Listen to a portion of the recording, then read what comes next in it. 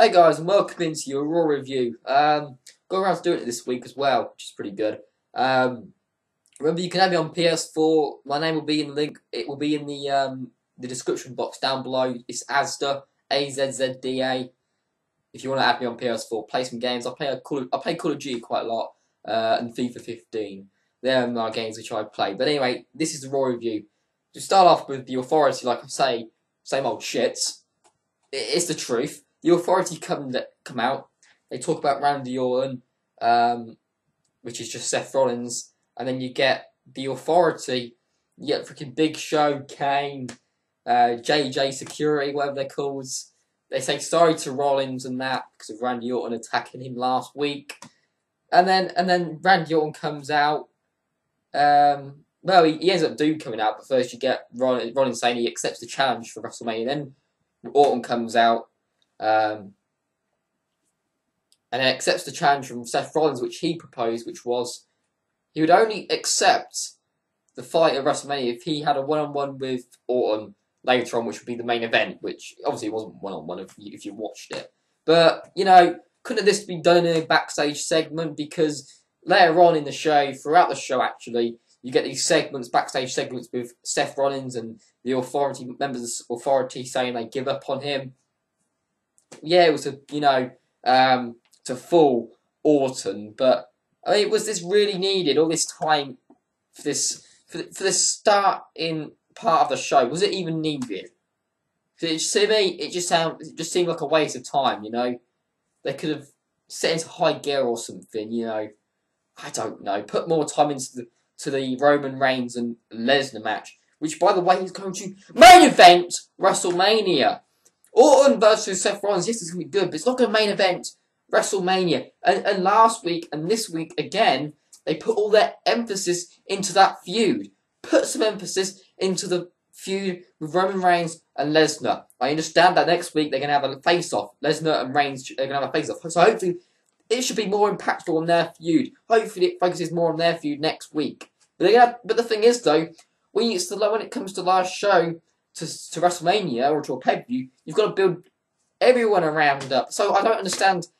I'm sorry, but the build for Lesnar and Roman Reigns could be much better than what it is. And by them putting a lot of time into this, you know, it could be put somewhere else. I mean, I don't really give a damn about Lesnar versus Reigns, to be honest, because I know the outcome. Or, you know, because I understand Lesnar's going to leave. He's going to go to UFC, which I personally want. But I think they could do something else. Anyway, after this, we come to AJ Lee versus Nikki Bella. Nikki Bella wins. By the way, give Divas a chance. Fuck off. If you want to give them a chance, take that belt off Nikki Bella. Because in my book, she sucks. The Bella Twins absolutely suck. No entertainment value with me. Okay? Put it on AJ Lee. Put it on Paige. Do whatever. In fact, put it on Paige, yeah?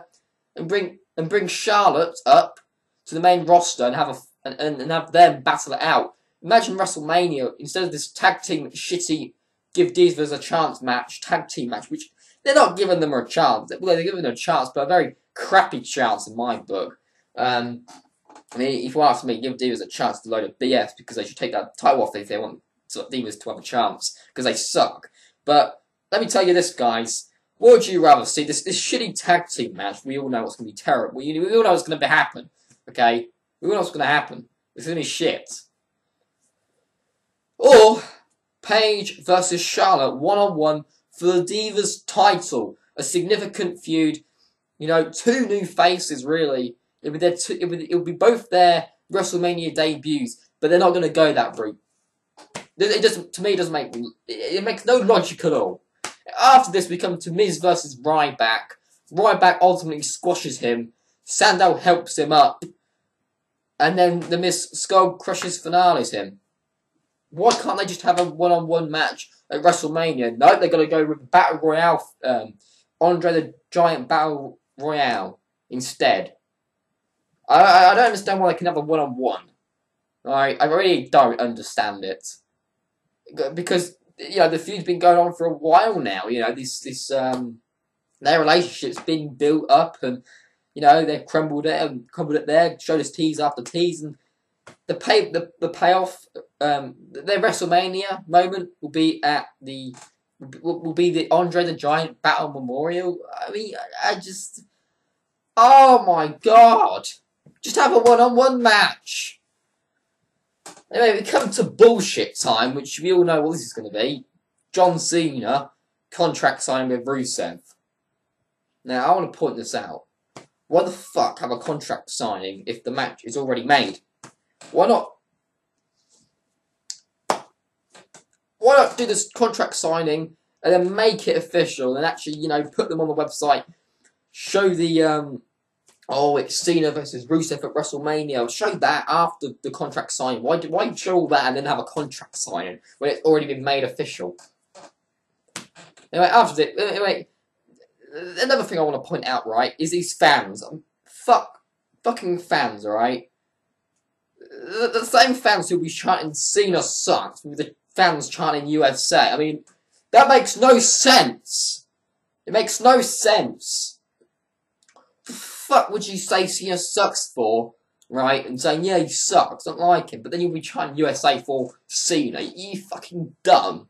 You fucking dumb. Fuck you. Anyway, they also chant, we want Lana. She wasn't there, obviously. I think she was filming or something like that. We had some other guy instead. This was shit. Cena, obviously, you know, sucks ass and kisses and panders to the audience. Rusev basically signs, flips the table on Cena. Cena's angry. Oh, fuck this. Terrible. After this, Cesaro Kid versus Los Matadores. The fuck is going on with the tag team division? That's all I'm gonna say. The fuck are the tag team champions doing on jobbing to Los Matadores, who have been irrelevant since they debuted? This shit sucks. After this, something which I liked was the Lesnar video package. Talks about the contract, and this, to me, was a badass video package. It's just, I want to see Lesnar on live TV, you know, me personally. I'm a Lesnar fan. I want him to beat Reigns at WrestleMania. Might happen, it might not, but we all know that title's going to go off Lesnar. He's either going to jump to Reigns, and I won't like that, or he beats Reigns, and Rollins cashes in, or Reigns beats Lesnar, and Seth Rollins cashes in. Either way, he's going out with that title. He's losing that title at WrestleMania.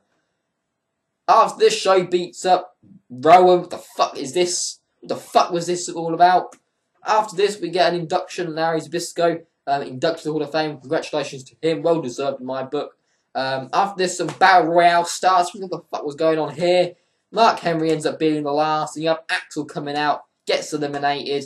And that's it. This is just to hype up that Battle Royale at WrestleMania. After this, we have Heyman cutting a promo about Roman Reigns that he can't do it. Ooh, it fires me up when you say you can't. Suffering succotash. Oh, jeez, he sucks. Roman Reigns sucks on that mic. He comes out. He comes out. And calls Lesnar, Heyman, one of the best talkers. Well, no shit. Compared to you, yes, he is. He's stuck on that mic, Reigns. The only good thing I like, the one thing I like about Reigns, I'll give credit now to Roman Reigns and the fans who like him, is I like his spear. The problem I don't have much with it is the crowd doesn't really pop that much with his spear. But if you look back on the history of spears, like a Goldberg, the impact of the fans, you know, they could feel it. With Roman Reigns, I don't know if they can feel it or not. You know, when Rhino hit the gore, you could kind of feel it. The fans fucking loved it. Roman Reigns does it. It's like, oh, you know. But I give him credit on his spear. I think it's pretty good. It's pretty impactful. It's just the fans, yeah, it's not impactful for them, I don't think. It doesn't give them the oomph. And the other thing is, I think he's quite athletic. You know, he's more athletic than Cena. And I'd rather see Roman Reigns in the top spot than Cena. You know, the Superman punch is pretty cool. You know, I quite like the Superman punch myself.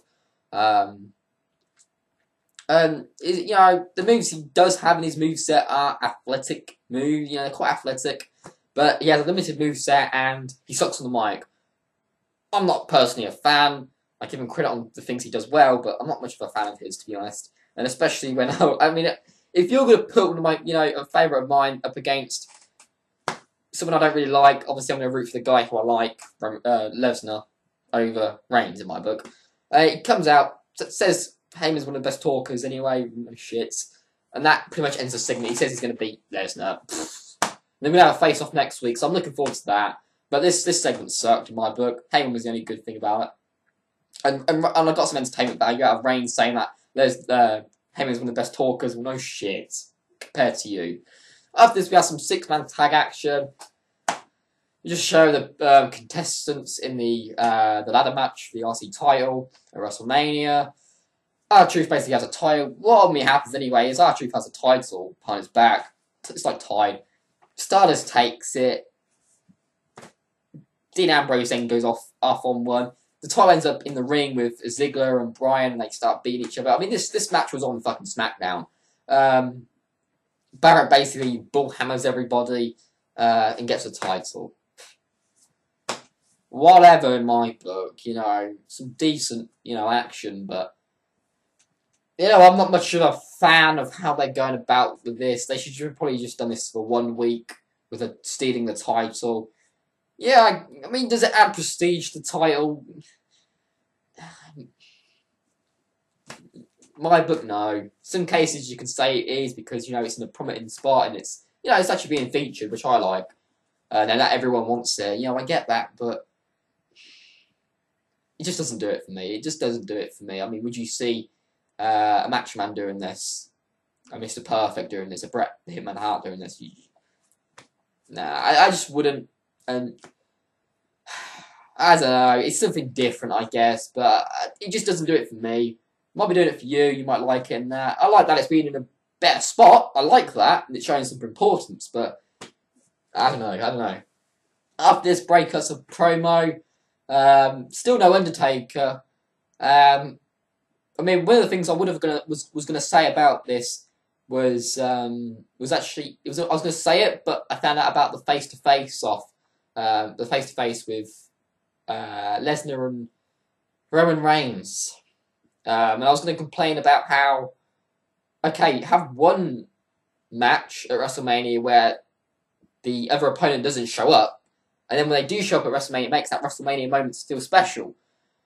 But I wouldn't do it for 2 matches. Like, I didn't think they were going to do a face-off with Roman Reigns and Lesnar. I mean, you could say that you did that with that when Raw wasn't in the actual live in the stadium. They did it in the headquarters. But, you kind of want to do it when there's with fans around. I'm glad they've done that with the face-off next week. I'm looking forward to that, what WWE has put out there, which I'm looking forward to, the face-off. And I'm not even a Roman Reigns fan, so, well done to them.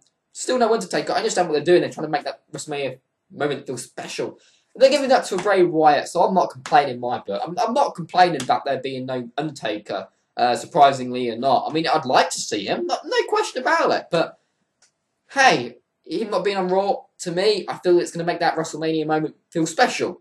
And especially they're giving it to a Bray Wyatt. They're not giving it to a Cena, okay, for example, which could be the worst case scenario. They're giving it to Bray Wyatt, who's an upcoming wrestler. Well, I mean, he's been in WWE for quite... he's been... Is it 2013? He made his debut. No, he's newish, He'll be in a better spot in a few years to come, hopefully. I understand what happened with Cena. He had a shit 2014, Bray Wyatt did, I think. I thought Bray Wyatt's 2014 was so shit. The program with Dean Ambrose was okay, but it didn't make any sense. But the whole shit with Cena pissed me the fuck off. I'm sorry, but it pissed me off. Don't want to talk about it because it'll get me angry. We all know what happened We all know what happened there. Okay, I don't want to go back to that. And I felt like him beating Chris Jericho, him beating Dean Ambrose in that feud. I mean, he beat him on both pay-per-view matches. And I felt it was the road to Bray Wyatt's recovery. And I feel like 2015, it could be Bray Wyatt's year to actually recover himself fully because of that John Cena burial he did, what happened in early 2013, especially at WrestleMania. There was no need for John Cena to win at WrestleMania. We all know that! Because it gets me angry when I talk about Cena burying talent. It sucks! There's no need for it. There's no thought process to it of building to the future and supplying for the future for yourselves? There's none. When you put Cena up against a new and upcoming talent, and they're doing it again this year with Rusev. So it's same old shit with that. Fuck Cena. After this, for the main event, Orton versus Rollins. Obviously, we didn't have the match. Rollins brings out the authority, so everything what happened in these backstage segments were fucking meaningless. Do something else. Do something else.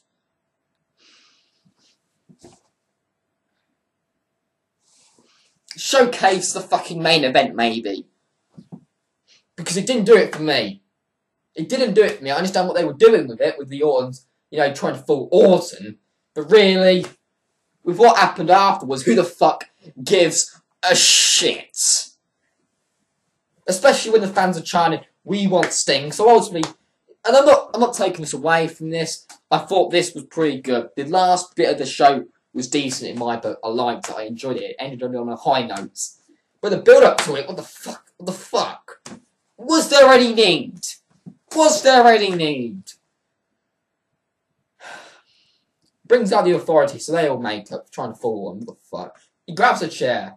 They're all about to enter the ring, the authority, and Sting appears. The crow sound goes off. His theme song sucks. If you have the rights to the WCW version, which was the original version of the crow gimmick Sting, fucking use it. Fucking use it.